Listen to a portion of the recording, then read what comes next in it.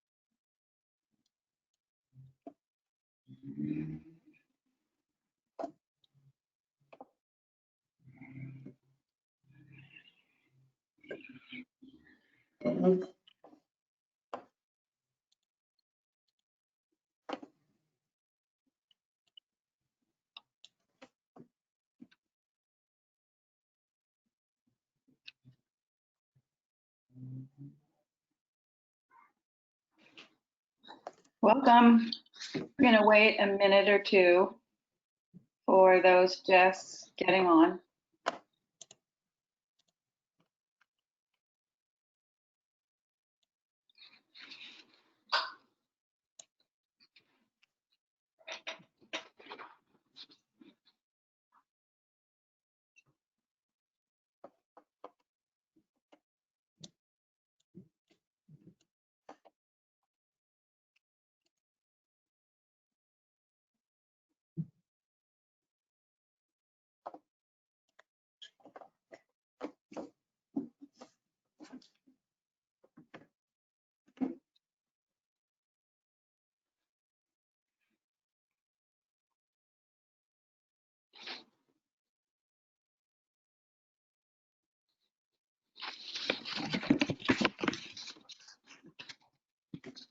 Okay, one more minute. David, you can hear me okay? Yeah, the audio is good. Okay, thank you.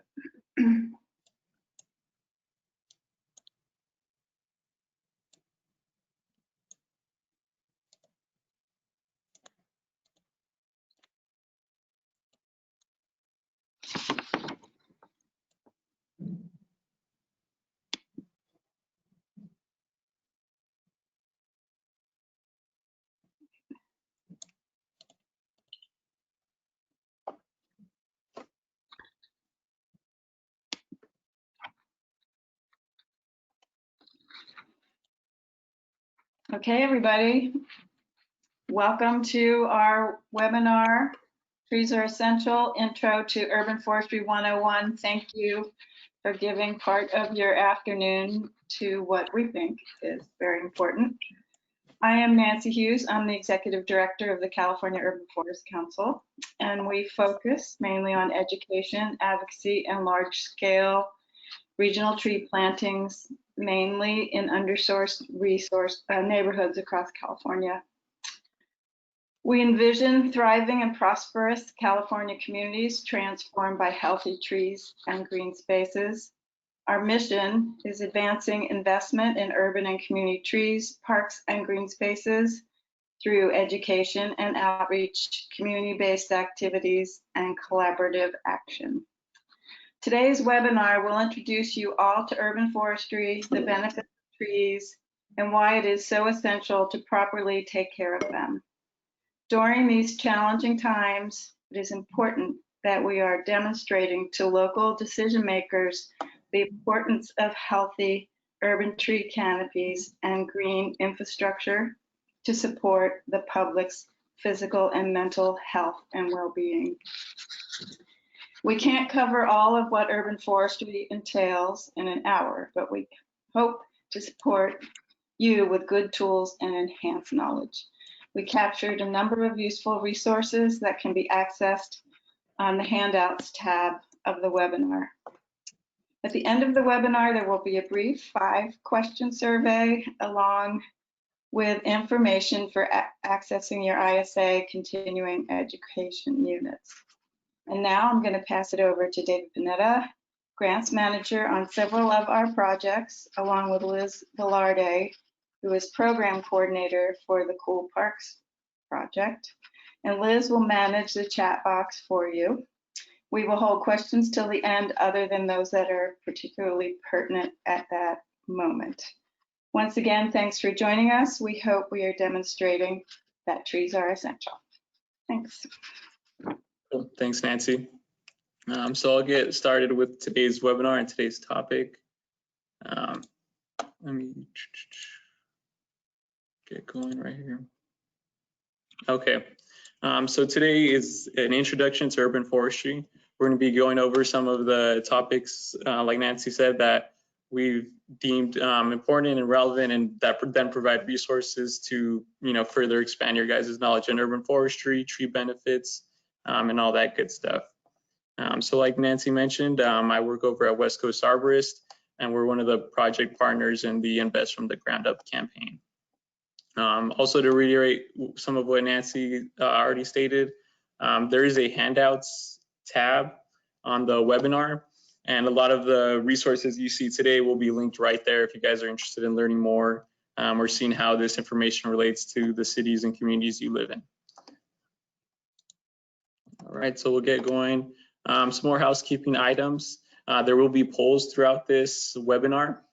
So I'll prompt a poll and you guys will be able to answer however you see fit. That kind of gives us some information on your guys' background, what you guys are thinking, and helps inform the talk as I go on and future materials we put out, webinars we do. And then if you are ISA certified, we'll be offering 1CU through the survey at the end. And then we will be having a raffle as a part of this webinar. Typically, we do this program in cities, in different community centers, so we're able to raffle off a tree or a couple of our hats. Given the circumstances, we had to change our layout a little bit, but we still want to offer the raffle. So you guys could go ahead and put your information at the survey that pops up at the end if you're interested in participating in that. All right. So I'm going to prompt the first survey question, the first poll, to get a sense of your guys' background, see where everyone's at. So I'll go ahead and click launch. So now you should see a what do you consider to be your level of urban forest knowledge question, and you can now select what your background is, or what you think your level of expertise in urban forestry is. So it looks like 50% of you guys have already voted. It's cool. We'll give it another second or so to let everybody else get their answers in.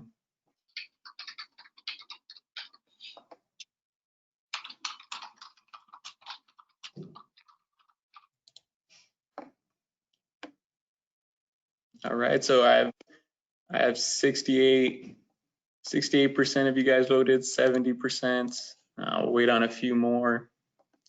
Give it another couple seconds to let everyone get their vote in. All right, close the poll. And I'll share the results. So you guys could see the level of experience that we have on this webinar. It's good to know we have a good mix of a little bit of everything. And for those of you that marked a little to none or beginner, we'll definitely enhance that throughout this presentation. All right, so back to the webinar. We'll get going with the material. So I'm going to go over a little bit of the background on our program and the projects we put on. So this program, the Cool Parks Grant Project, and the Invest from the Ground Up campaign is funded through CAL FIRE. They have a community and forestry program that administers projects related to urban forestry to plant trees in communities, educate them, enhance city policy, and carry out activities such as those. It's been distributed through the California Climate Investment, so you'll see their logo up there. There's cap and trade funding. And then we have our partners.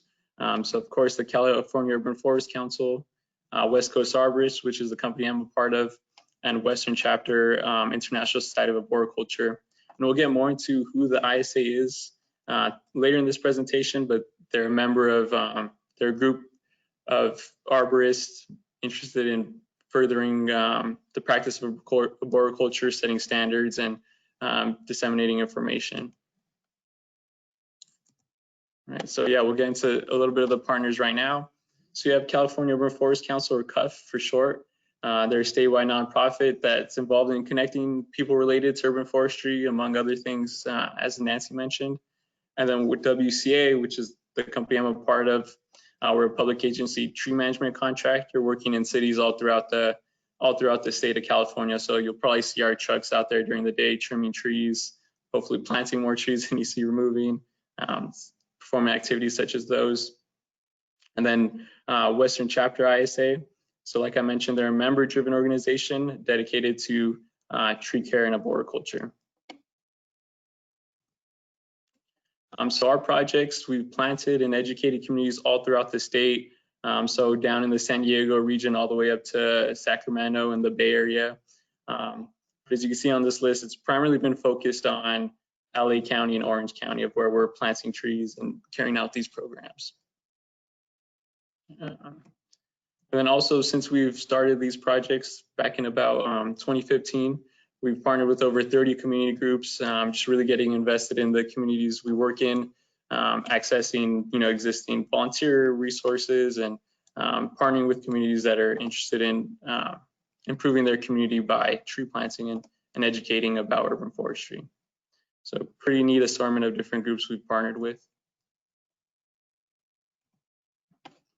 All right, and then another item I'd like to go over is the geographic criteria that goes into our tree planting. So we use Cal EnviroScreen 3.0. It's a state put out resource map that helps identify communities that would benefit the most from a project like tree planting in a park or in a neighborhood. So what this map does is compile a number of different environmental susceptibilities, compiles those, and gives each census tract a score. So if you take a look at the screenshot on top right there, you can see it counts for things such as ozone pollution, PM 2.5, which stands for particulate matter, diesel, pesticides. It even counts for population density. So it's throwing in all those factors, giving the census tract a score, and then making it a public resource to prioritize projects such as tree planting. And this resource is one of those that is on the handouts. So if you're interested to see where your community ranks, where the area you work, like to go to the park ranks, you could go ahead and check that out on the handouts page. That website is linked there. And it, like I mentioned, it helps us identify project locations. Okay, so what is urban forestry? Well, urban forestry comes in a lot of different shapes and sizes. It's much more dynamic than a traditional forest. There's going to be a lot more species. It's going to take place in different areas, different looking communities. As there are different trees, the makeup's going to look a lot different. So it's really the trees that make up our parks, our street trees, any landscaped areas, gardens. These are trees both on public and private property. And they're extremely dynamic, and their focus is really starting to become more and more on urban forestry. So why is that? Why are urban forests important? Well, 81% of Americans now live in cities or urban centers. So these are the trees that are outside our house that are affecting us more directly in places that we live, work, and play in.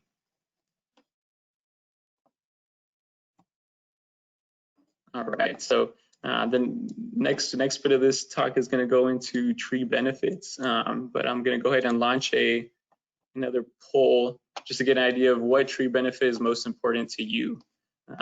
So I know a lot of us might, prioritize all these different benefits, or might think more than one is very important to prioritize. But I'll let you select one just for the purposes of this poll.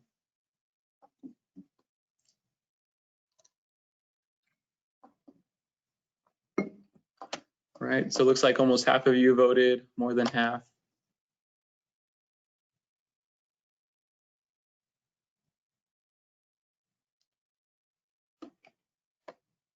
All right, so I'm gonna go ahead and close the poll. So if you haven't answered, go ahead and submit your last response. All right. Cool. So take a look at the responses. Quite a few of you mentioned carbon sequestration as being one of the most important, and that is starting to become more and more prioritized. But also aesthetic, habitat, and energy, shading also pretty important. Awesome. Good. So let's get into some of those tree benefits. Huge benefit of trees is socioeconomic benefits, right? To a lot of people, they provide a sense of community.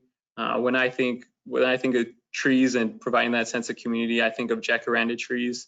They start to flower as soon as summer starting to begin. So seeing those purple trees lining the streets gives me a sense of summer starting, schools coming out. I know that sentiment is true for a lot of people with the fall and leaves changing into fall colors as a changing of the seasons there as well. So they're able to provide that to us. In addition, there's more tangible socioeconomic benefits of trees in urban forests, such as reduced noise in urban areas, promote physical activities such as walking. You're more likely to walk in these areas lined with streets. And there's those economic benefits as well. You're more likely to stick around and shop in areas where there's a lot of trees. There's studies that have gone into that and assessed what community spaces are better, or what community spaces do people like to hang out in and spend more time. And it's those areas with more trees, and when people are spending more time in these areas, they're likely to spend more money and boost the local economy. And in addition to that, trees also increase home or property value. There's been studies that have proven trees raise property value by 1%. So that's a benefit of trees as well. And then of course there's public health benefits associated with trees. As I mentioned, walking down a corridor like the one pictured here is going to have a lot more mental health and physical health benefits. So quoted right here are a few. Kids living in areas with more street trees have less asthma. So there's certain ways you could quantify the benefits of trees, and more scientists and psychologists are trying to analyze and quantify just the many benefits associated with trees. And of course the environmental benefits. So the tangible ones we're calculating with the trees planted really all the time now. And so I'll get into a few of those. So the one that a lot of people are familiar with is carbon sequestration. So that's trees capturing carbon in the air. And if you look at the picture right there, that's what 1 metric ton of carbon dioxide looks like just in the atmosphere in air rather than solid form. Well, the trees we are planting, one of our grand trees over 40 years will eliminate approximately 8 metric tons. So one of the trees we're planting, or a tree that we're planting for our grants, will trap that much carbon 8 times over in the approximately 40-year lifetime of the tree. So that hopefully that gives you a better visual of what carbon sequestration really is, and the amount trees are sequestering. Then there's also improved air quality. So not just carbon sequestration, but trees act as air filters. They're able to trap dust, ash, pollen These are things that lead to asthma and other cardiovascular issues. And then there's cleaner water. Trees act as natural filters as water percolates into the groundwater table. And then, of course, the last one listed there is the heat island effect reduction. So we'll get into that on this next slide. In how trees mitigate intense weather, especially in Southern California, as we're seeing, hotter days getting hotter and rainier days getting more rainy. Trees play a vital role in that. So not only are trees sequestering carbon and offsetting climate change in that way, but trees are also offsetting the warmer temperatures we're getting because of climate change. If you look at the picture right there, a rural area is going to have a lot more cooler surface temperature compared to an urban environment. And that is because of the landscape. Concrete is going to radiate heat a lot differently than grass and trees are. So the more trees we have, we're reducing those local temperatures in urbanized areas like city downtowns, but even in the suburbs where there might not be too much green space. Trees also mitigate intense rain that we get because one, they allow for water to percolate down rather than running off and negatively impacting our built infrastructure. And then trees also offset that rainwater through a process called evapotranspiration, where they're able to trap water on their leaves or multiple surfaces, and then that water gets evaporated back into the environment, rather than putting strain on our existing infrastructure, leading to streets flooded with water, all that. Trees and green space help mitigate that. And there's many ways to quantify tree benefits. We're starting to do it more and more. As you can see with this diagram, this is Mount Prospect. They put out an urban forest master plan, and in there they quantified the tree benefits they're getting per year. So you could take a look at how they broke it up into aesthetic, energy saving benefits, which goes hand in hand with carbon sequestration and reducing the amount of carbon used. There's stormwater runoff reduction, which is becoming more and more important, especially in California. And this is how they qualified it. They were able to associate a dollar number with it. So you're starting to see more and more of these reports, and there's a lot of resources we now use to quantify tree benefits. And we're putting out on the city level of what the city's maintaining, and we could even do it at the individual level for the tree planted outside your house of what benefits you are deriving from those trees, in addition to, of course, aesthetic value and all the good stuff you see on a day-to-day. So here's a breakdown of the city of Santa Monica's top 10 species.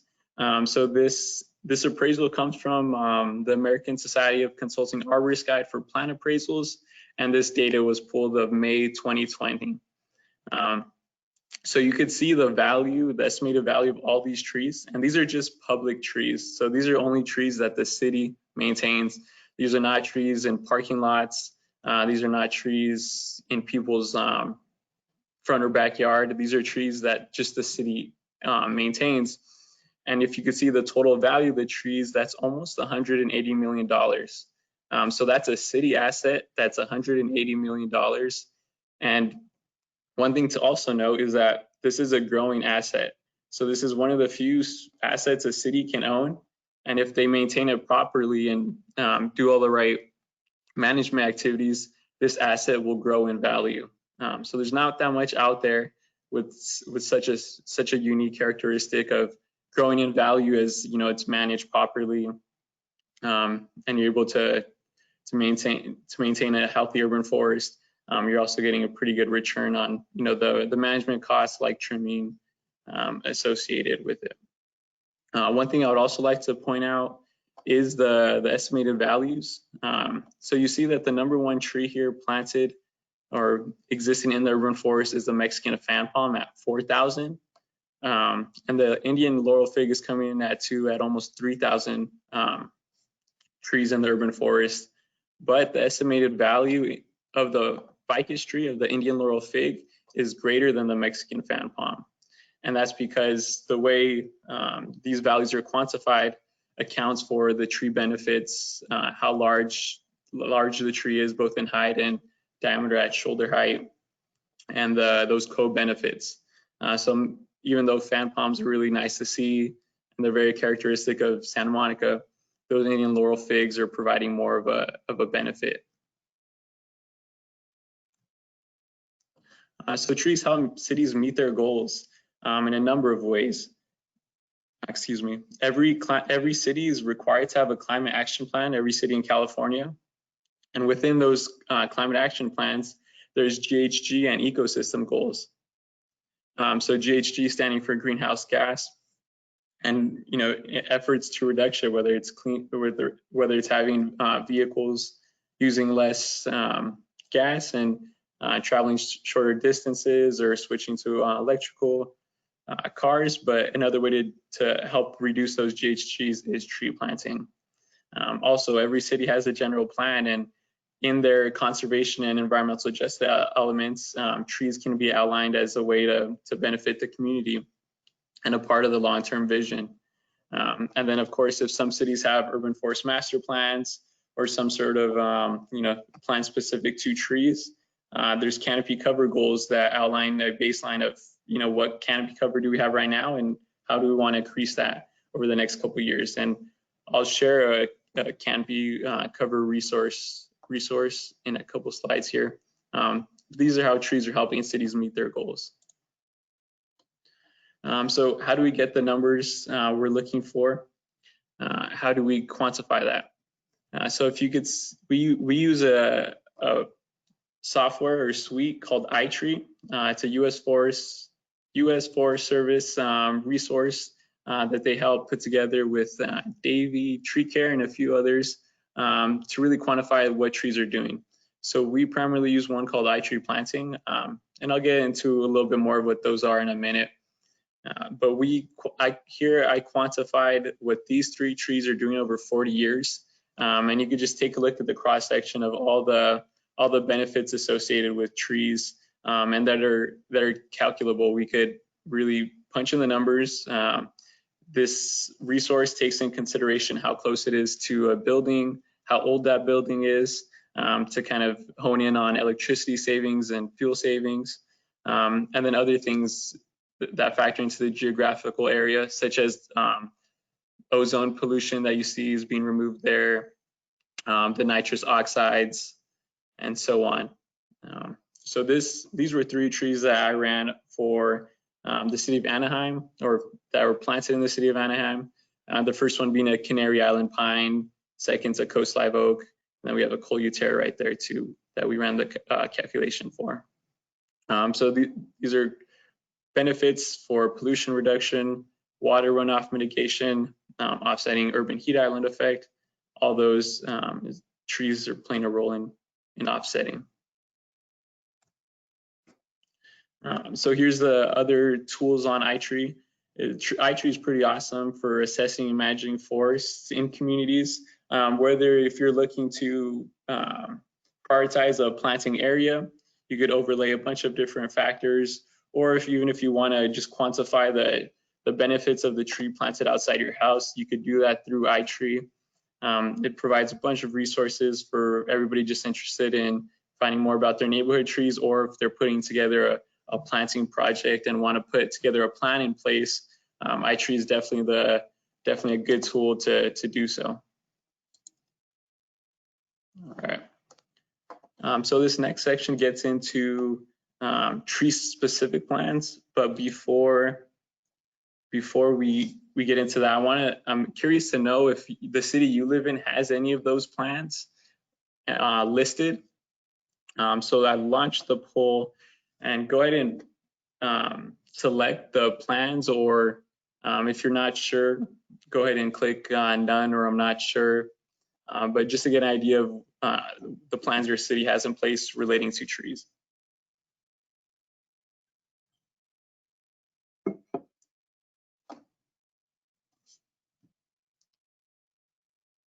I'll give it another minute or so. Oh, sorry, another second or so. I'll let you guys answer. All right, so I went ahead and closed the poll.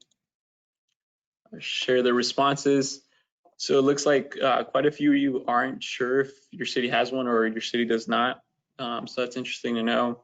And the next greatest policy is the tree ordinance. So quite a few cities have tree ordinances, and that's pretty characteristic of what I've seen out there as far as distribution and what people respond to that question. So I'm going to get into a bit of the tree specific plans that are out there and that cities are putting into place to help manage their urban forest. So the big one being an urban forest master plan. This is kind of the all-encompassing document that would help guide the development of the urban forest into the future. So this would have a street tree planting plan. This would quantify the tree benefits of the existing urban forest and then set goals on how to improve it. It really has a little bit of everything regarding trees and the role they play in your community.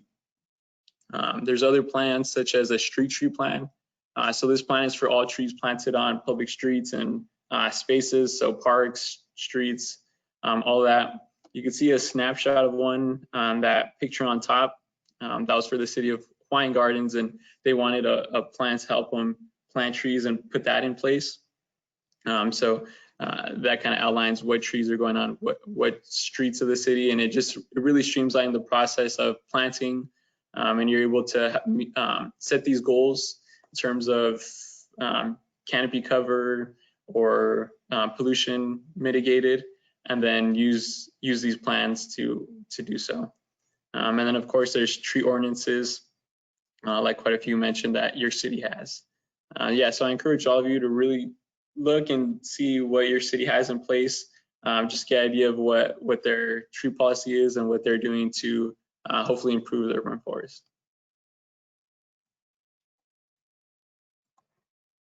Oh, so I prompted that one prior to going over it, but that was for the last poll we just took part in. So we'll go over tree canopy now. I've mentioned it a few times, and essentially tree canopy is the leaves, branches, and stems that provide coverage of the ground when you look from a bird's eye view. So if you look at this screenshot right there, this is from the US Forest Service resource on canopy cover. So they put together, the US Forest Service and CAL FIRE put together a map of all the canopy cover in urban communities in California. So this map covers all of California, similar to the Cal EnviroScreen map that I showed earlier. You could go ahead and type in your address, your city, your neighborhood, and find what the canopy cover is in that region. So it's a very detailed. You could tell that up here by Legion Park and Dodger Stadium, the canopy is more dense because there's more trees, more greenery, compared to a little bit more south by the 10 freeway, where there's going to be less canopy. It's more of the built-out urban landscape down there. So it's a pretty cool resource. And then in addition to that view of canopy cover, you could also zoom out to see what the % canopy cover is in your region or your city, and compare it to what it looks like in other areas. So if you notice on this map, the dark blue represents canopy cover in the 0 to 11 percentile. So if you look at the south of LA, quite a bit of it is in the 0 to 11. And then you go up here to Pasadena, where the canopy cover is going to be far greater, right? And then this leads into prioritizing certain areas of the county for tree planting projects and improvement projects. So in addition to that Cal EnviroScreen resource, we use this map to help us identify areas that could benefit or that need more canopy cover. So this is also on the handouts page, and you could go ahead and click that resource to the public. Go ahead and check out where your community is in comparison. All right, so let's get into some tree specifics. So West Coast Arborist, the company I work for, we have inventories for the cities we work in, and we were interested in knowing throughout California, what are the most popular urban trees? So we put together all that data and tried to quantified the most popular trees, or at least public trees, the ones cities are maintaining in California. So these are the ones that we got for the top some of the top 7 species. Coast live oak being the only native tree on this list. And then one of the most popular pines being the Canary Island pine. So you might be wondering why a tree from the Canary Islands, which are located off of the coast of Spain, would do so well and be planted in such abundance in an area like California or Southern California specifically. And the reason being is that the climate in that region of Spain is very similar to that in Southern California. We're both located in what's called a Mediterranean climate zone. So we have dry, hot summers and somewhat wet winters. And that's what this tree has, evolved to grow in and survive in. So when we brought it over here, it also did successfully because it's used to similar conditions. And as is the case for a lot of trees, right? A lot of the trees we have are from Australia, and a region of Australia is also a part of that Mediterranean climate. So here are some of the species we've been planting for our grants. We've planted, I would say, over 8,000 in the last 3 to 4 years. So we've done quite a few tree plantings, and there's a ton of considerations into tree planting and what species we're selecting. But as you can see, the number 1 being the Australian willow, followed by the coast live oak, and a few more. So here's a snapshot of the trees we've been planting. Excuse me. These aren't specifically the trees that we've been planting. Our trees are much smaller. These pictures were pulled from Select Tree. So Select Tree is a great resource if you're interested in learning more about a specific tree. You type that tree in and it'll give you tons of good information on each tree species.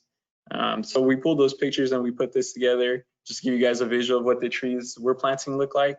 You'll tend to see the trees we plant on average tend to have more canopy, more rounder traditional canopies. And as a result, these trees have more biomass and they're sequestering and trapping more carbon. So that's pretty common amongst the trees we've been planting. And then a co-benefit, of course, is all the shade that these species will provide as well. So right tree, right place. In the urban environment, it's especially difficult to plant a tree. It's a lot harder than one might think because you have to consider a lot of different factors. Just in the little diagram right there, you have to consider overhead utilities. But as much as you would consider overhead utilities, you have to consider underground utilities and what's going on underneath. And that factors into the root growth of a tree in addition to the canopy growth of the tree. What is that future tree size? And what are the intended uses of the tree? You want to know, why are you planting the tree? Is it for aesthetics? Do you want a tree that flowers outside your house? Do you want a noise barrier? Some cypress or pine trees make good noise barrier filters.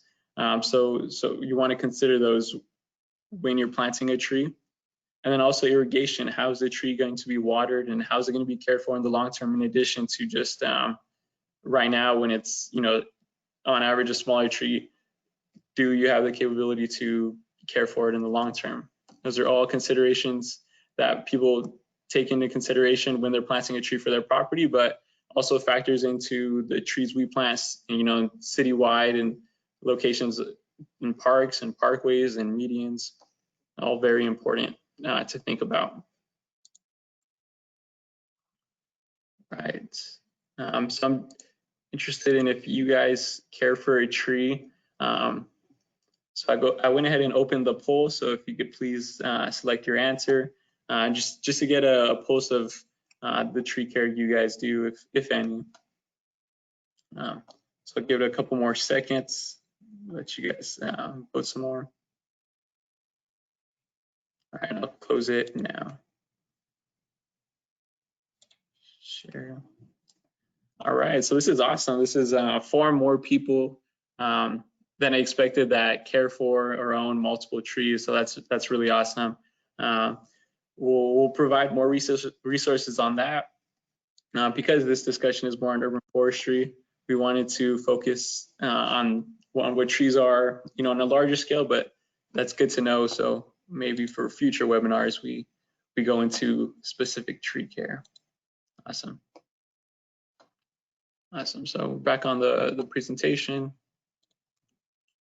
And here I outlined some of our considerations for trees. Like I mentioned, they're going to have a greater canopy cover than typical trees that might get planted, greater shade, and of course carbon sequestration. And then we want trees that are drought tolerant, that are going to be more suitable for the California climate. Some of our considerations. And then another one is species diversity. More and more urban forests are becoming susceptible to invasive pests. Drought is affecting a lot of trees that may have been successful in the past, but are no longer successful because of warmer temperatures, changing urban environment. Their space gets decreased over time, whether it's due to a new development or sidewalk construction. So these are all important considerations when we're trying to diversify, especially at the city level. And it's more and more being discussed in urban forest master plans. So if you take a look at this snippet, this was included in a master plan to show the change of traditional monocultures that might have the same tree planted throughout the street, with possibly alternating the species. Because what happens is, if a park or a street is lined with all the same species, and a pest that gets introduced, whether it's from, coming in through the Port of Long Beach or down from the mountains, it's going to affect that entire species and might eliminate an entire street or an entire park if the same species is planted. So accounting for urban forest resilience, we were tending to lean more towards alternating tree palette and just diversifying what's been planted in the past. And then another consideration for trees nowadays is urban wood. So what's happening to those trees once they're removed? The thing that would happen before, the disposal process before, would just be to chip it, and if available, we'll toss it as mulch for a project or a park, or more often than not, we would just dispose of it. So it's creating a second life for the tree, and creating products, utilizing it as tables. You can see this little outdoor garden or outdoor learning center that was done for a school. And what the benefit of urban wood really is sequestering that carbon for a longer amount of time. That carbon is staying in these products rather than getting emitted into the atmosphere, and you're not filling up landfills as much. And on average, it's going to be more locally sourced, right? The distance that wood is traveling from the city to a local mill is far shorter, more often than not, than transporting it to a dump. And there's tons of species that are planted in the urban environments, and a lot of cool wood that comes out of there. So these are pictures from our street tree revival program, which was help funded by a CAL FIRE grant, and they're doing really cool things now as far as urban wood. So this street tree revival, this link to this program is on the handouts page as well if you're interested in seeing what's available or what projects have been done. Really, really neat stuff. All right, so switching gears to motivating your community. Trees are essential, as you probably understood from this talk, or already understood some of that. And they're in the community, right? A lot of the time it's referred to as urban and community forestry, because everyone really has a stake with the trees in their environment, whether they're public or private.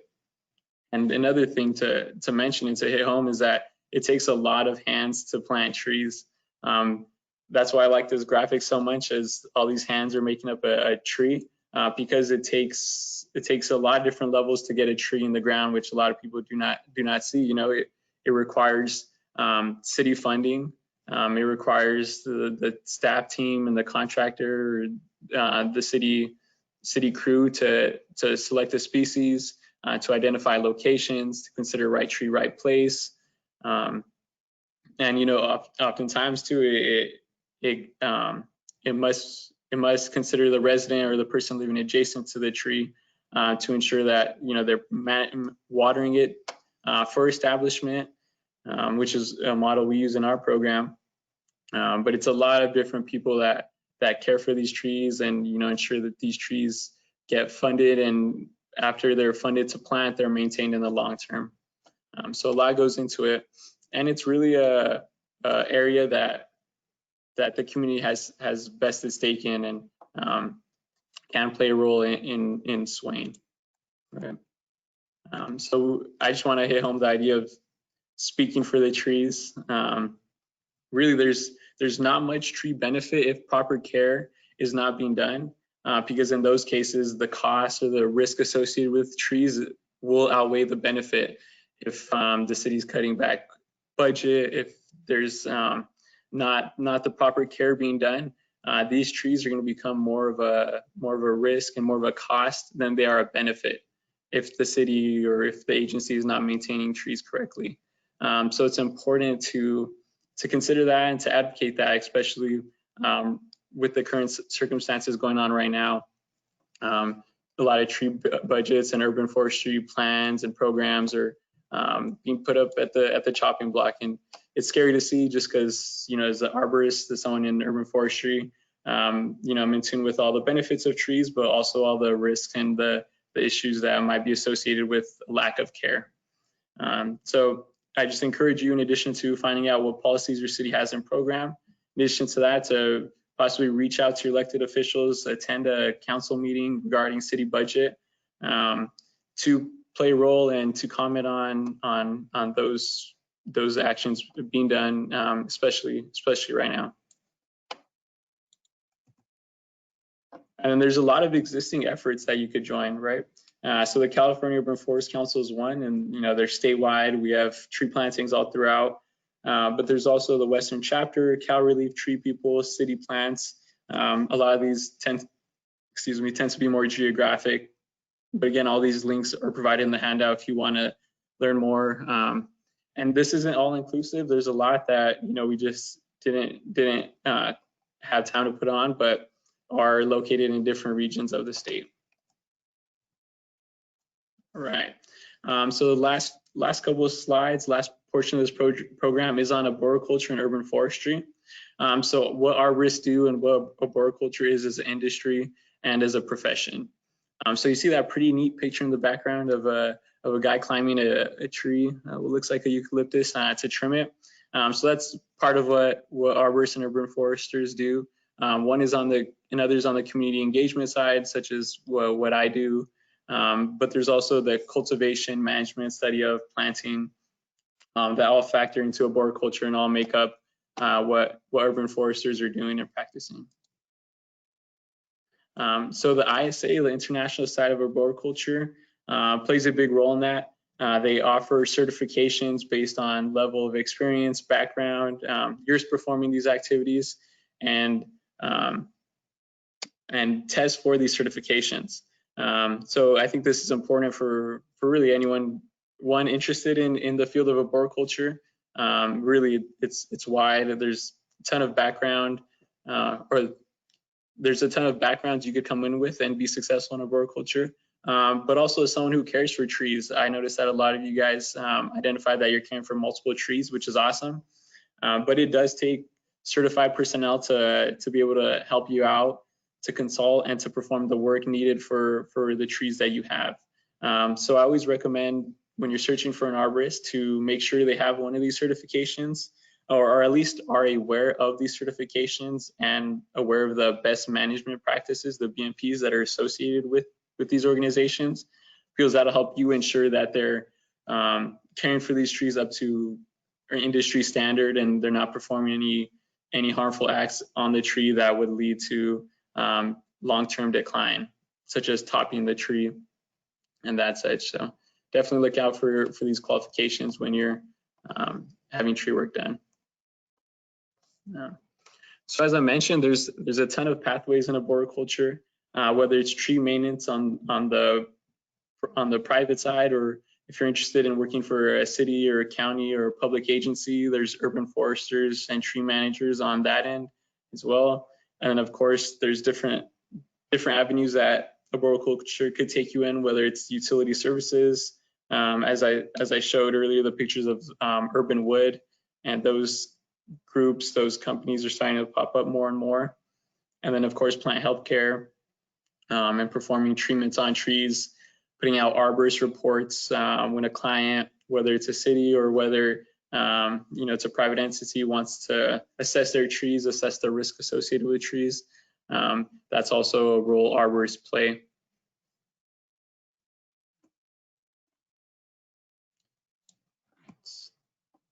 All right. So this will be the last poll question. So I'll go ahead and launch it now, and you guys are able to select more than one here as well. And we're interested in knowing what you guys, what topic you guys find interesting, and are would like to learn more about. This would definitely help us put together more useful materials. A lot of the programs we do have are aimed at youth and job development. So this will be interesting for us to learn more about and develop resources on. So it looks like 53%, 53% of you guys have voted. We're about 70 right now. I'll give it a few more seconds for you guys to all punch in your votes.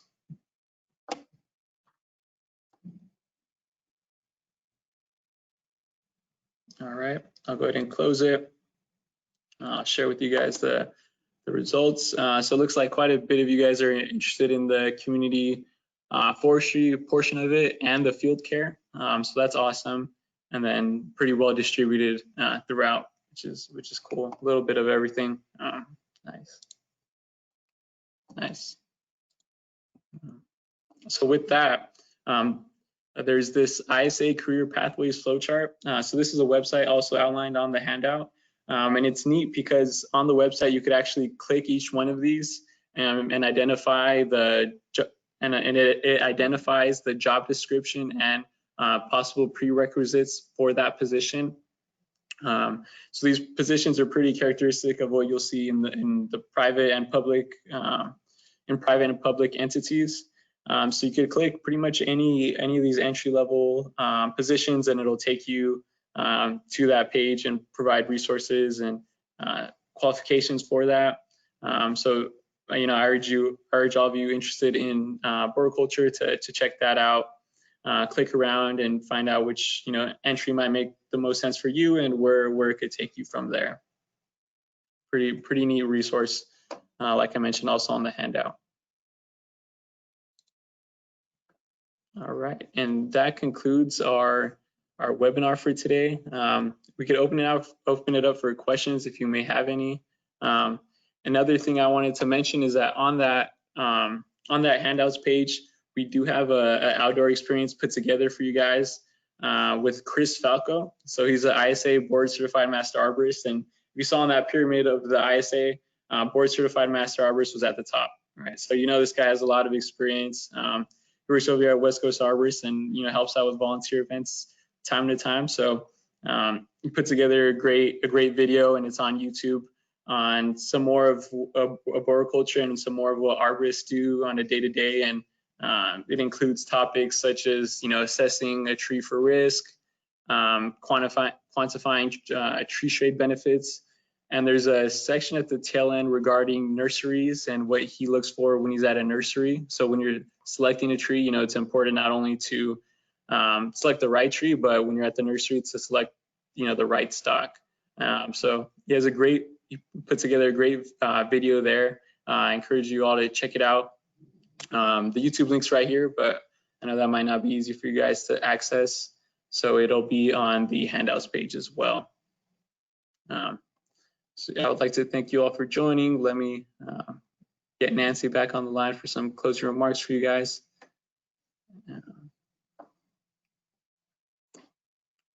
Nancy, are you there? I'm here. All right. Gonna let me in. Let's see. There I am. Hey, David, thank you. That was really great, very comprehensive. And I want to thank everyone who spent the hour with us. The survey will be popping up in a minute, and you'll also be able to access, actually, the survey pops up when you sign off, correct, David? And Yeah. you'll be able to access the webinar handout. And I would assume that we will have this all on the California Urban Forest Council website by tomorrow, and it would be under the Invest from the Ground Up program, and then specifically the cool parks. So is that correct? Okay. Yeah. And go ahead. Yeah, just one more thing to mention, that this webinar was being recorded, and so it'll be posted at length on the Cool Parks grant page. If you're interested in coming back and referencing a certain section, you'll be able to do so. Great. And keep your eye out. We're about to launch the Trees Are Essential campaign in the next few days with information for you to help with urban forestry across California, and advocacy tools, policy tools, public health tools. So we're looking forward to getting that out to you as soon as we can. Okay, and then we got one more thing, Nancy. Sorry, I'm looking at the questions. And I got a question on native species, which I think is important to talk about. So yes, it is important to be planting native species and to incorporate those in the native ecosystem, because as Chris mentions in the YouTube video that was put together, native trees help create a web for native ecosystems, native insects, and so on. So it is important to prioritize the planting of those. But in addition to that, it's important to understand the native trees ecosystem. So a lot of these trees have developed or evolved in what's called riparian environments. And riparian environments tend to be centered around waterways, rivers, streams, things like that, or locations such as those. And so in our urban landscape, we really don't have much of that anymore, whether it's in our parks and our streets.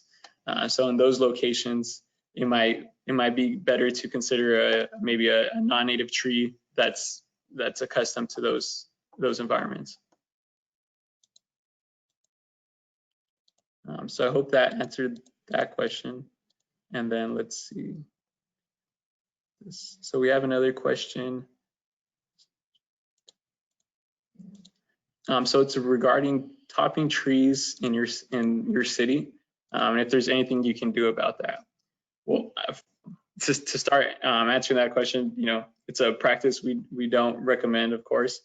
And I would first recommend making sure that who the landowner of that tree is. A lot of the time it might be in the parking lot or on private property. So identifying if it is your city or if it's some private landowner, whether it's a mall strip or a supermarket parking lot. And then once it is identified that it is the city, approaching maybe their public works or community services and asking them what tree practices they're following or what standards they're going about in tree care, because it is not a recommended practice to chop trees. Right. All right. Let's see.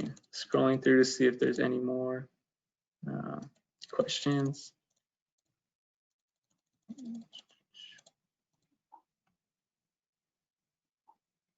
All right. So it's a question regarding a resident in Covina who had a tree planted as part of our program, which is great. And the question is regarding how do you prune them. And they're skinny and they're 1 year old. So that's going to be typical of almost all the newly trees we planted. And we would recommend a structural prune. So I'll provide a follow-up email. I'll provide more of what a structural prune will entail.